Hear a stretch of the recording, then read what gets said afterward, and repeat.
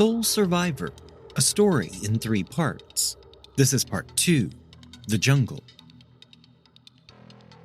As Juliane's eyes blinked awake, she remembered that she had been in a plane crash, and now she was lost somewhere in the middle of the Peruvian rainforest.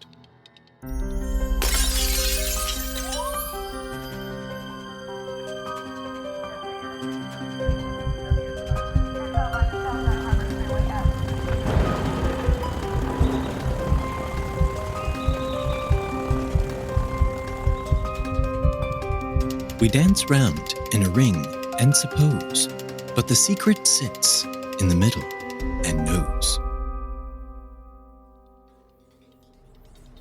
Juliane was still calm as her mother leaned over and in a nervous voice said, "Hopefully, all will be okay."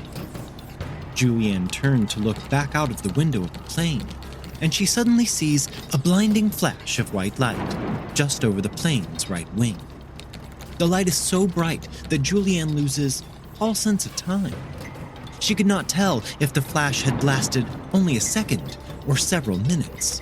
But then she heard her mother's voice, a voice that was now eerily calm, as she leaned to her daughter and said, "Now, it's all over." The nose of the plane took a dramatic dive, pitching the entire body of the plane directly at the ground that loomed before them. The passengers' screams began to be drowned out by the intense roar of the plane as it dove at the ground. Juliane knew that the plane was falling fast, and then suddenly, the screaming stopped. And then, the roar of the plane seemed to stop.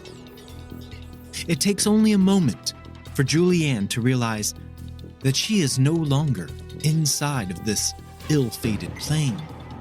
This is also the instant that Juliane realizes she's now falling.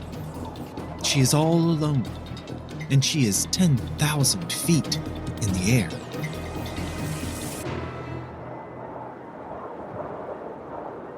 In the blink of an eye, Juliane realizes that she is still buckled into her seat, but there was no plane around her. She was falling through the air, and she was 10,000 feet above the earth. The rushing air fills Juliane's ears, but there is no other sound than that. Just the sound of rushing air and nothing else.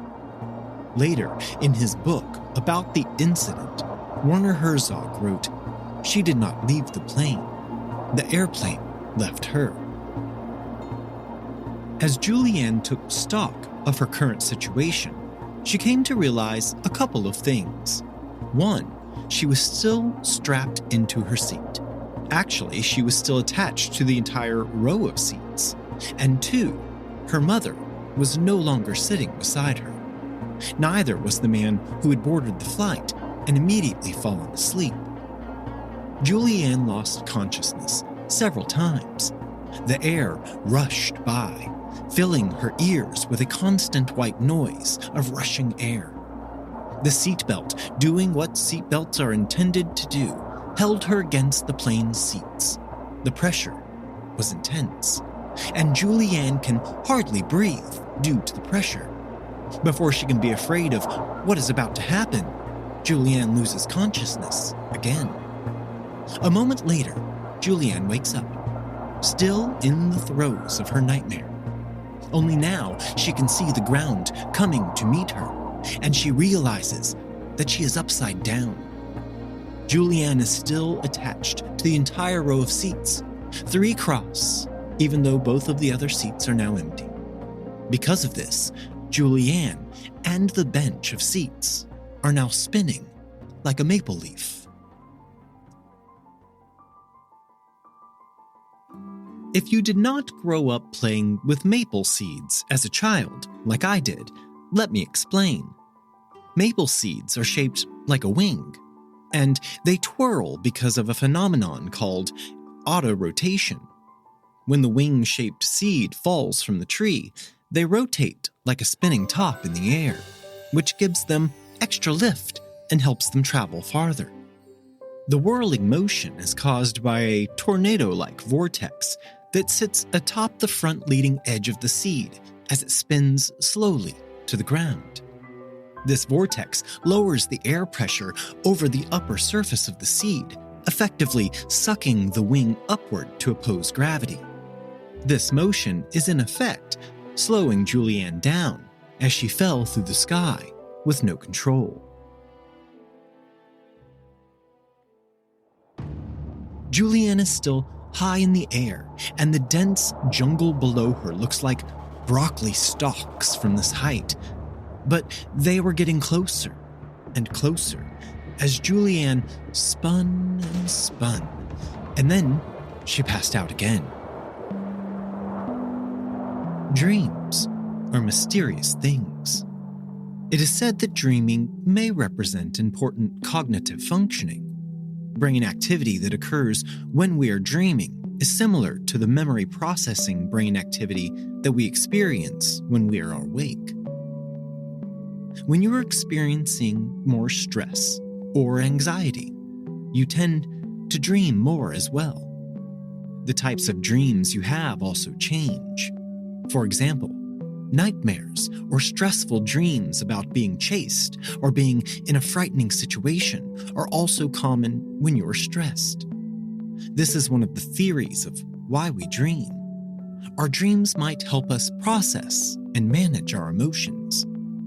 I believe that sometimes our dreams are also there to help protect us. As Juliane fell through the sky, she dreamed, and she was still present in one of these dreams when she landed back on Earth. Juliane dreamed that she was running through a dark space, just next to a wall, and the sounds of rushing air filled her ears. And then her dream changed. In her second dream, she felt that she was sticky and covered in muck.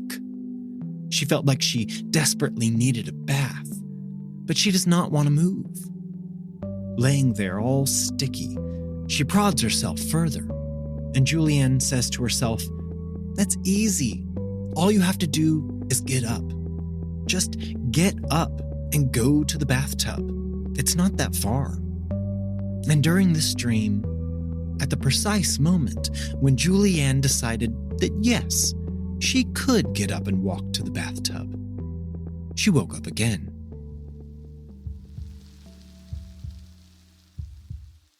When Juliane wakes up again, she quickly realizes that she is now on the ground. She's on the muddy jungle floor, and the airplane seat is on top of her, like a small pup tent a Boy Scout would use back in the day. Her seatbelt was no longer fastened. She did not know how that happened. Had she unbuckled it herself? She couldn't remember. She crawled even further under the pronated bench until it covered her entire body, and she curled up into the fetal position and fell back asleep.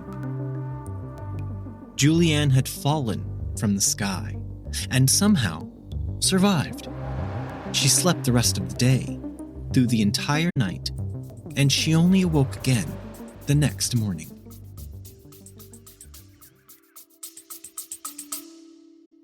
The Secret Sits will return in just a moment. Hi, we're Meg and Jessica from the podcast Desperately Seeking the 80s. Are you a Gen Xer longing to reconnect with your misspent youth? Are you a millennial who tugs on their leg warmers to dance the Flashdance soundtrack? Maybe you're a Gen Zer who thinks the 80s might have been the coolest decade ever, but don't know why. Search no more. Desperately Seeking the 80s stirs up the weird, educational, and wonderful about New York City when Koch was mayor, Reagan was in the White House, and we wanted our MTV. Find us on Apple Podcasts, Spotify, and anywhere you listen to your podcasts.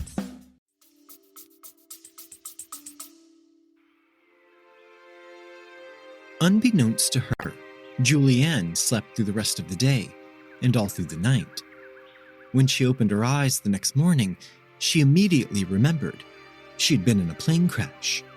She had fallen from the sky. She was in the middle of the jungle. She was 17 years old, and she was all alone. The giant trees filter the sunlight, making everything on the ground appear to have a green hue, like a painting. The forest around her was not that different from her beloved Penguana, and because of this, Juliane was not immediately fearful. She knew the forest. She knew how to survive in the forest. No, she was not afraid. She was just alone and filled with an endless feeling of abandonment. The 3-seat bench, which had accompanied Juliane to the ground, was now empty. There was no sign of her mother, nor the heavy-set man who had fallen asleep immediately after boarding. Juliane attempted to stand up, but as she did, everything around her goes black, and she's forced back to the ground. She deduces that she probably has a severe concussion, a pretty good assertion after falling over 10,000 feet out of the air. Juliane looks at her gold watch, a gift from her grandmother for her confirmation, and luckily, it is still working. Juliane can hear the soft ticks of the second hand, but as she attempts to look at her watch, she discovers that she cannot see it clearly. Juliane lifts her hands to her own face, and she begins to explore the contours of her face. She discovers that her left eye was swollen almost completely shut. Her right eye was not doing much better, as it was also swollen. Juliane can only see through a narrow slit in her right eye, and she has no idea where her glasses have gone. When Juliane forces her one barely open eye to focus on her watch, she learns that it's now 9 o'clock in the morning. She begins to feel dizzy once again, and she is forced back down to the forest floor. After some rest on the muddy forest floor, Juliane attempts to stand up again. This time she makes it to her knees before everything goes black, once again forcing her back to the ground. After a few more failed attempts at simply standing, Juliane is up, standing on her own 2 feet, a bit wobbly, like a good newborn giraffe, but there she is. Now that she's up, she decides she needs to do a full self-assessment. She realizes that her right collarbone feels funny. As she feels the bone, she can tell it is broken, and the broken ends of the bone are laying on top of one another. But they have not pierced through her skin, and she honestly did not feel any pain from the broken bone. She moves on in her self-exam. Next, Juliane discovers a large laceration on her left calf. It's a rough cut, as if a piece of broken metal had slashed through her leg. But strangely, the cut was not even bleeding. Everything else on Juliane's body seemed to be okay, or as okay as it could be, considering that she'd fallen out of an airplane. By then, the worst pain of all came rushing back to Juliane. The pain of isolation. She did not understand where everyone else was. Where was her mother? They had been sitting right next to one another. Juliane could barely see, so she began to crawl around on the forest floor, reaching out around her, attempting to find other survivors. She called out for her mother over and over and over again, but only the sounds of the jungle answered her back. It was now December 25th, 1971, Christmas morning, a day meant for celebration and gathering with family and loved ones. But Juliane has never been or felt more alone. Juliane attempts to pull herself together and figure out how she will conquer this unfathomable situation. Juliane was not scared to be in the jungle. She'd been going into the jungle with her parents for years, and she knew that she had to maintain a level head, and through calm and methodical thinking, she could master almost any situation. The one thing on Juliane's mind was her mother. She had to find her mother. The forest can be frightening. The shadows dance around, causing your mind to play tricks on you. There's a damp mustiness, and everything smells like it's just on the verge of rotting. The treetops tower overhead, making anything on the ground seem as small as an ant. The sounds of the forest can be the most intimidating part. Loud, disembodied noises are all around you, and if you do not know any better, these noises can frighten you, because you may not realize that the loudest thing in the jungle is really just a loud frog or a bird. But these almost innocuous animals are of no real concern. What a human truly needs to be in fear of in the jungle are the bugs and the insects. The jungle is alive with over 2.5 million species of insects. And sure, some are great, like grasshoppers, beetles, and the splendid array of colorful butterflies. But some of the others are not so great. Mosquitoes live in the millions, sucking blood from anything that stands still. There are flies that lay their eggs under your skin or in wounds. Juliane's advantage in this situation was that she knew how to survive in the jungle because of her parents. Now finally on her feet, Juliane looks around as much as she can with two swollen eyes. There is nothing in this area except the airplane seat that had accompanied Juliane to the ground. Juliane also realizes that she is only wearing one shoe, a white sandal with an open heel. Clogs, the worst in jungle footwear. Juliane decided to keep this one shoe on. After all, she could barely see, and she could use her foot with the one shoe on it to prod around ahead of herself, so she did not step on anything dangerous with her one bare foot. Juliane is wearing a thin mini dress with a colorful patchwork pattern. The zipper in the back of the sleeveless dress is partially split open. As she reaches around to feel the back of her dress, she finds another flesh wound. This one is on the back of her arm, where she cannot quite see it. Just like the gash on her leg, this wound is not bleeding either. Soon, a powerful thirst began to overtake Juliane's body. She sees large droplets of water glistening on the leaves all around her, and she begins to lap up all the water that she can. She has grown up in this jungle. It does not scare her, and she knows that she can conquer this obstacle before her. She just has to take her time and be careful. Normally, when Juliane is out in the jungle, she would always have a machete with her. She would use this machete to mark trees in the forest as she went, creating her own version of Ariadne's string to follow back in case she ever lost her way. Now she did not have her machete, and so she began to walk in small circles around the airplane seat, now resting on the forest floor. Working her way out from her central position, Juliane began to explore, and she was quickly astonished to find nothing. There was nothing anywhere around her. No trace of the airplane she had been in, no people, no luggage. There was nothing. As she continued to search, Juliane finally made her first discovery in the form of a bag of sweet treats, candies, and a Peruvian Christmas stollen. She opened the stollen, knowing that the bready cake would fill her belly more than the pieces of candy. But the bread is soggy and caked in mud. The Christmas pastry tasted awful, and so Juliane left it where she found it.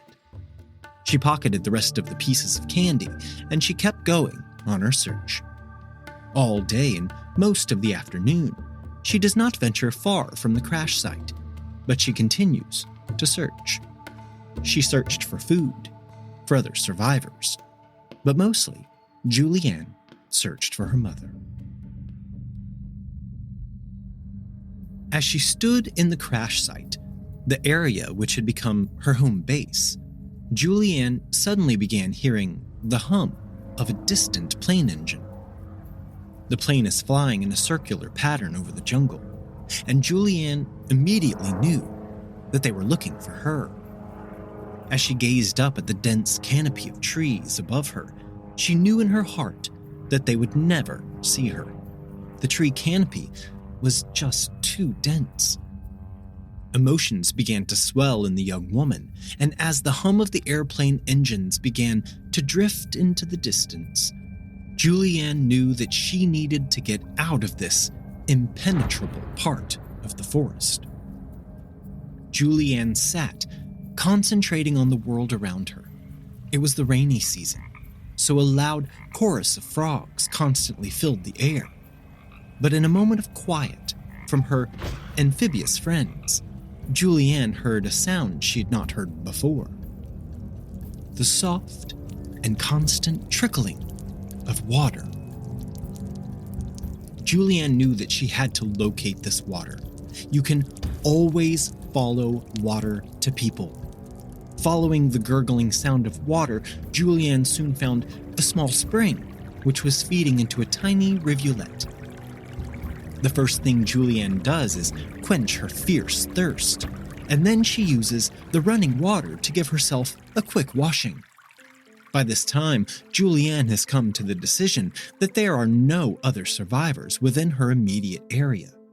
And due to the heavy forest canopy above her, search planes would never see her, and her father's voice rang in her ears. If you get lost in the jungle and you find flowing water, then stay near it. Follow its course. It will bring you to other people. The tiny rivulet is very hard to follow. There are tree trunks laying across it, and dense undergrowth blocking any clear way to walk along the water's edge. But eventually, the rivulet began opening up to a wider creek. The bed of this creek was dry in some areas, but still the water flowed, and Juliane walked in the empty flat portion of the creek bed. The day wore on, and around 6 p.m., the sun began to sink below the horizon. Juliane located a semi-dry portion of the creek bed where she could rest for the night. Although Juliane is a skilled person in the jungle, even she could not start a fire in these conditions. Everything around her was soaked to its core. So, exhausted and hopelessly alone, Juliane fell asleep. The night was rough. Insects nibbled at her skin. It rained cold, pelting rain, and the wind blew like a wolf trying to topple a house. While Juliane braved nights in the jungle, news of the Lanza plane crash reached the Modena family, who traveled to Penguana to share the news with Hans. But Hans just shakes his head at the news and says, "My wife and daughter can't possibly have been on board that plane. I specifically told them not to fly with Lanza. My wife would have never set foot on that plane." The next morning, Hans listened to a special report on the radio about the crash. When the radio host read the names of all of the Lanza passengers, Hans was shocked as he heard his beloved wife and cherished daughter's names come through the airwaves and into his living room. As Juliane awakes, she realizes that it's December 26th, Boxing Day, and she needs to get a move on. She needs to get out of this jungle. She continues to follow the same stream, which winds its way back and forth through the forest. At one point, she notices a large bird-eating spider, and she's afraid that the spider might pounce at her and bite her. But she keeps a watchful eye on it and passes it without any confrontation. Finally, the stream widens even more, and now the whole riverbed is filled with water. Juliane decided to walk in the water, always using her one-shoed foot to step first, and she could still hear the search planes circling overhead. She knows that the canopy is still too dense for the planes to see her, but that does not stop her from screaming at the planes flying far above her head. She needs to keep following the river.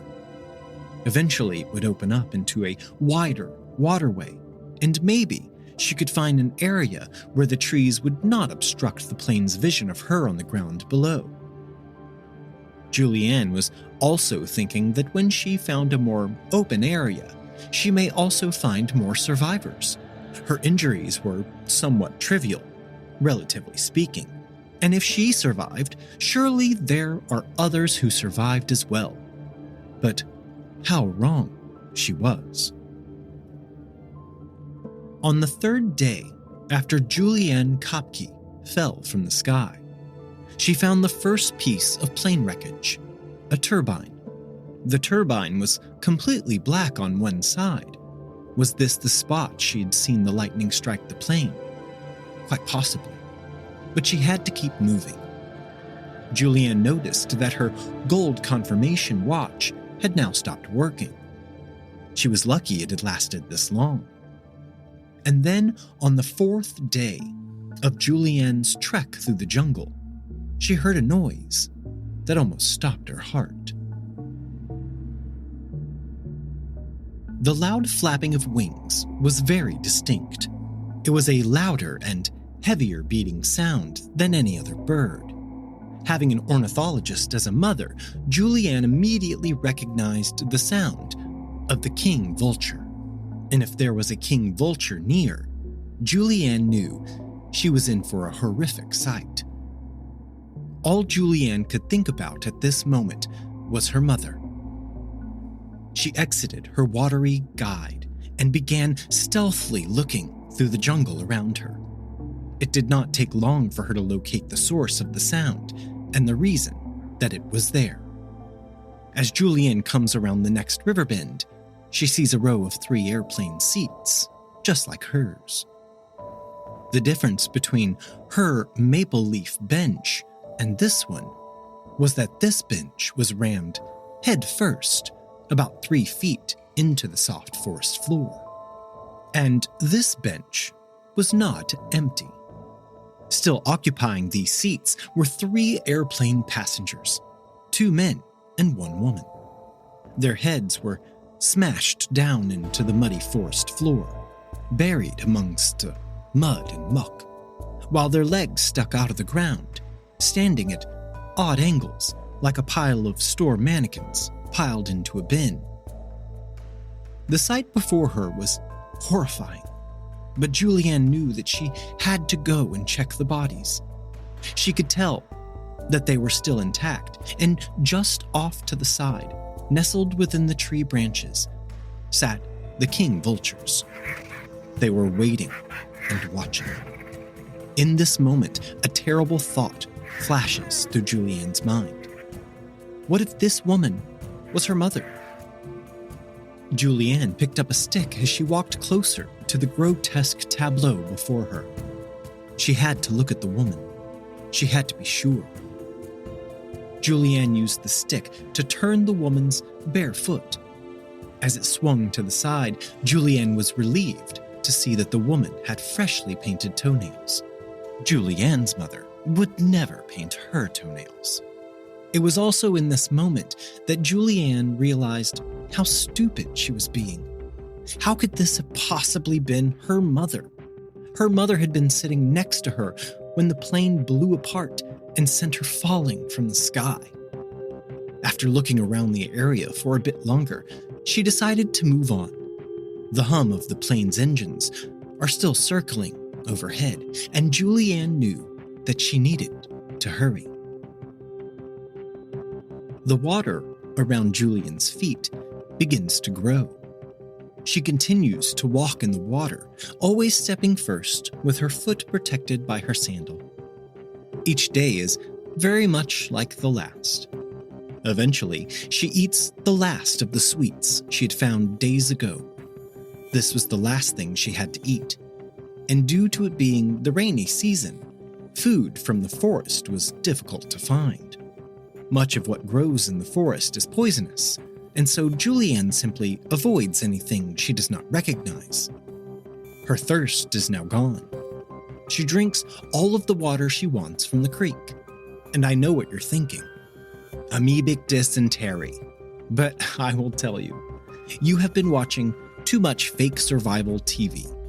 This far out in the wild, even when the water looks a bit dirty, it can be safe to drink, because there are no humans around to pollute it. Juliane tried to keep track of the days, but after a few of them had gone by, it became harder and harder for her to keep track. On the 5th or 6th day of her trek through the Peruvian rainforest, Juliane heard a sound that filled her heart with excitement. This sound was once again a bird, but this was an unmistakable call that she recognized in an instant. The hoatzin has a distinct call that sounds like a mixture of buzzing and grunting.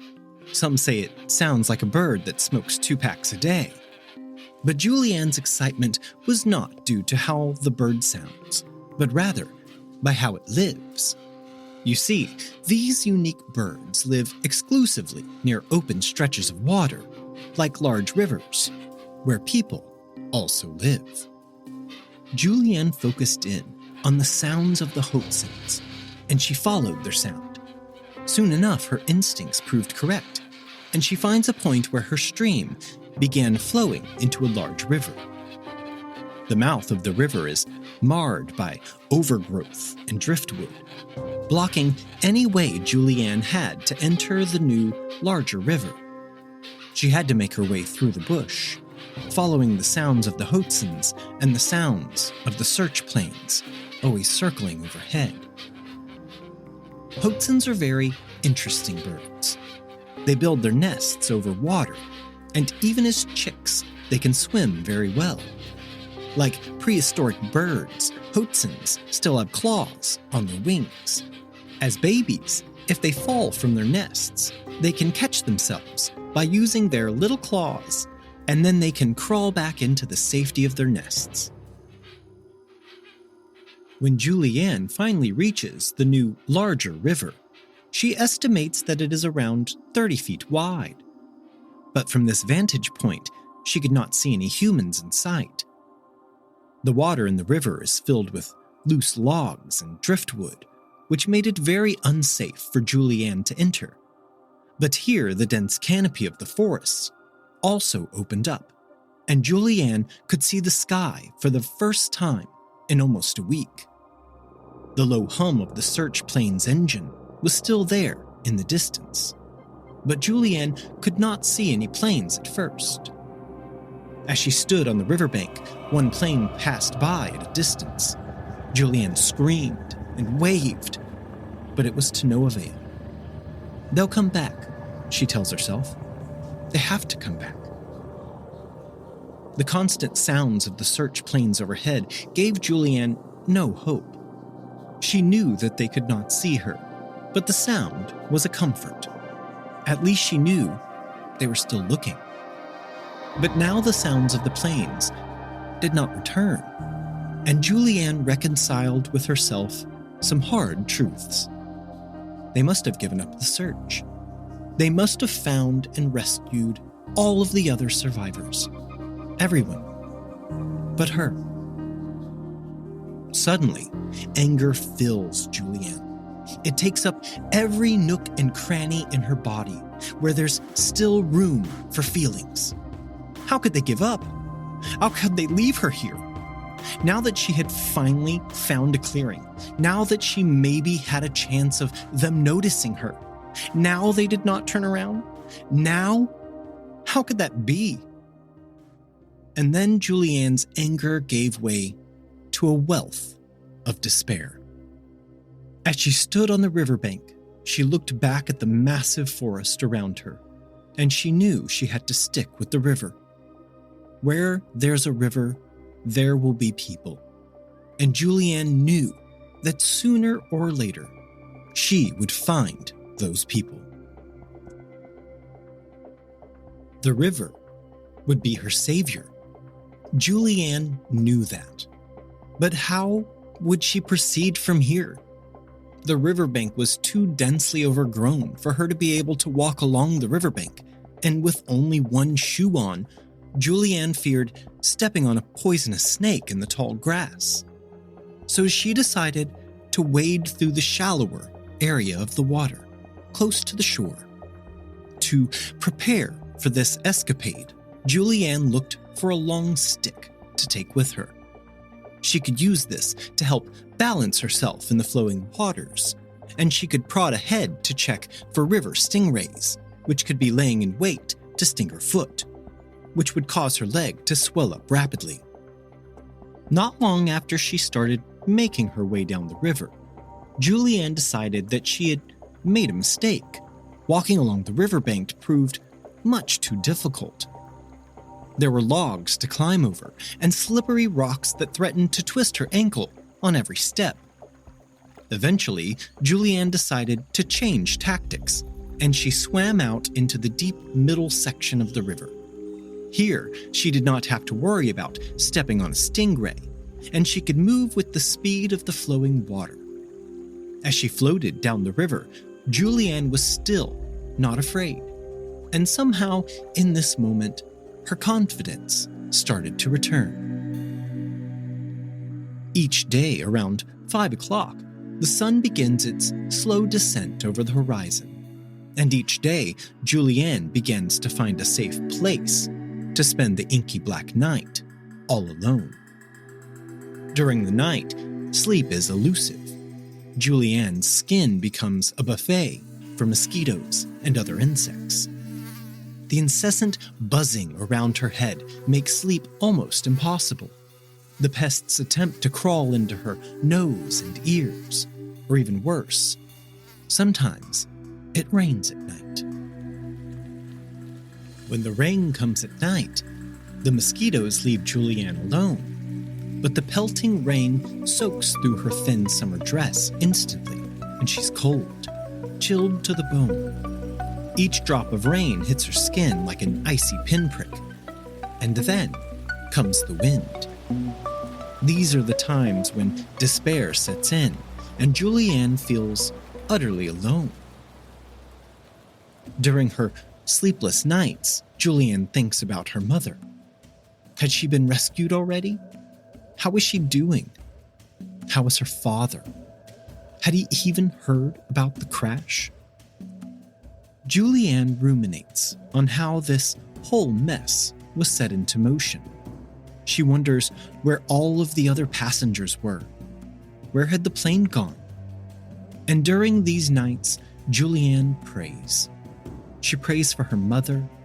She prays to be rescued. She wants to live with every fiber of her being. She knows that she wants to live. The wounds Juliane had suffered during her fall from the sky had not really bothered her thus far. But now she began to notice the cut on her calf was swelling, and the flesh had begun to turn a whitish color. Juliane strains her neck in an attempt to view the gash on her right upper arm, and what she discovered appalled her. She could see that the cut in her arm was now full of maggots, their tiny bodies protruding from the gash like little wiggly asparagus heads. And she knew that these maggots had to come out. Normally, you can remove maggots from flesh by pouring some alcohol or kerosene into the wound. The maggots cannot breathe, so they crawl out of the skin to escape. But Juliane did not have either of those things. So she pulled out a silver spiral-shaped ring, and she bent that into some makeshift tweezers, and she began pulling the small creatures from her body. This process does not go well. As soon as Juliane attempted to grab one of the parasites, they would burrow further down into her skin. So for now, she just kept swimming. As she continued floating down the river, she took note of the animals around the riverbanks. There were marten and deer, and not far away she could hear a family of howler monkeys. Hearing the howler monkeys was not a good sign. These are extremely shy animals, and if they were so close to Juliane, she knew they had no fear of humans, and that meant one thing. She was nowhere close to human civilization. These animals had never seen a human in their lives, and she may have to travel for many more miles before that fact changed. When Juliane tries to remember how many days she's been in the forest, she could not be sure. Was it 7 or 8? Either way, she realizes that 1972 had probably already begun. She had missed New Year's and celebrations which had taken place, welcoming in a new year. During the day, Juliane continued to float and swim down the river. One morning, she noticed a new sharp pain on her upper back. When she touches this spot with her hand, she can see that she is bleeding. As she spent the entire day in the water, her back had become extremely sunburnt, and the skin was peeling. But there was nothing for her to do about it, so she just kept going. The current in the river was beginning to pick up, which meant she was covering more distance quicker. But she also had to be cautious not to run into logs and other obstacles floating in the water. To take a much-needed break, Juliane rested on a sandbank in the river.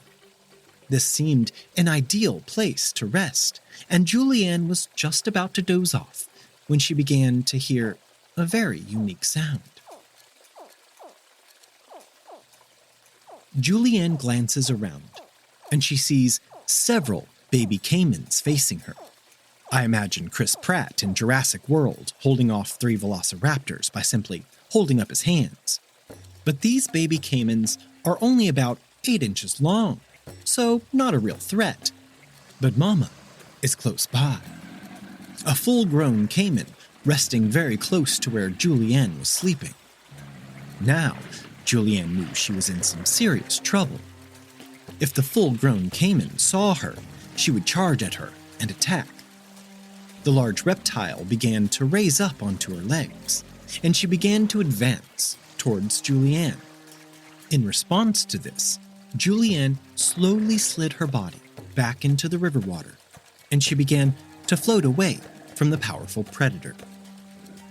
One thing Juliane had learned about caimans during her time at Panguana was that caimans always flee into water, no matter where the danger is coming from. And once in water, their only goal is to escape. As Juliane continued floating down the river, hunger began to overtake her thoughts. She had grown so weak that she could hardly stand when she did go ashore. As she sat on the damp riverbank, Juliane began to notice the small frogs jumping all around her. And although the thought of eating one of these poisonous arrow frogs made her stomach turn, she still had to try. In her weakened state, she began to grab at the frogs, but they were just too fast for her to grab. At one point, there's a frog sitting just 6 inches from Juliane's mouth. As she attempts to grab it, it effortlessly leaps away, and the depression in Juliane's mind begins to overwhelm her. On the 10th day after Juliane Koepcke fell from the sky, she's once again floating down the river. She floats into logs in the river that she's forced to climb over, taking up even more of her almost completely exhausted energy level. As the evening arrived, she began looking for a spot on the riverbank to stay for the night. As she's floating by, Juliane notices a gravel riverbank that looks like an optimal place to stay for the evening. So she swims over to the shore and pulls herself from the muddy waters. After Juliane is out of the water, it does not take long for her to curl up and attempt to take a nap. Juliane dozes off for just a few minutes, and when her eyes blink open again, she notices something she had not seen before, something that seemed completely out of place, something that had been brought there by humans. As Juliane's eyes opened and her blurry vision focused ever so slightly, there, tied to the riverbank, was a boat. It was quite a large riverboat, the kind used by local natives. Juliane assumes that she must be hallucinating. Surely this boat was a mirage, like a sparkling clear lake in the middle of an arid desert. She rubs her eyes and looks again. And as her eyes once again come into focus, it is still there, a boat. Juliane slides her body back into the water, and she swims over to the boat. It sat there, gently bobbing in the slow-moving river water. The boat appeared to be brand new, but where had it come from? Juliane looked around through her swollen eyes, and she focused on the riverbank beside the boat, and then she saw it. A newly beaten trail from the river, up the bank, about 20 yards long. She could even see footprints on the ground. Human footprints. A new energy overtook Juliane, and she knew she needed to follow these footprints, but she was so physically drained that covering just those 20 yards took her several hours to complete. As Juliane crests the top of the hill next to the river, she can finally see something else she recognizes. A tambo, a simply constructed shelter made of posts and a thatched roof. Tree bark covered the ground under the roof, and the entire structure was around 10 feet by 15 feet. Within the tambo, Juliane discovers the outboard motor for the boat tied up down at the river. This is a 40 horsepower motor, and there's also a drum of gasoline sitting there for the motor. Juliane can see a clear path into the woods, and she knows that at some point these humans will be back for their boat. She would just have to wait. But as she looks at the gas can, the wiggling maggots inside of her wounds make themselves known again, and Juliane knows that now she can at least attempt to get rid of some of her unwanted traveling companions. It takes an excruciatingly long time to remove the cap to the gas can, but after she accomplishes this feat, Juliane grabbed a small piece of hose on the ground, and she siphoned some gas from the can and dripped the noxious liquid into her opened wound. As the liquid fills her wound, the maggots instinctively attempt to burrow themselves further into her flesh until they realize there's nowhere to run, and then they start wiggling back up out of the open wound, attempting to find fresh oxygen.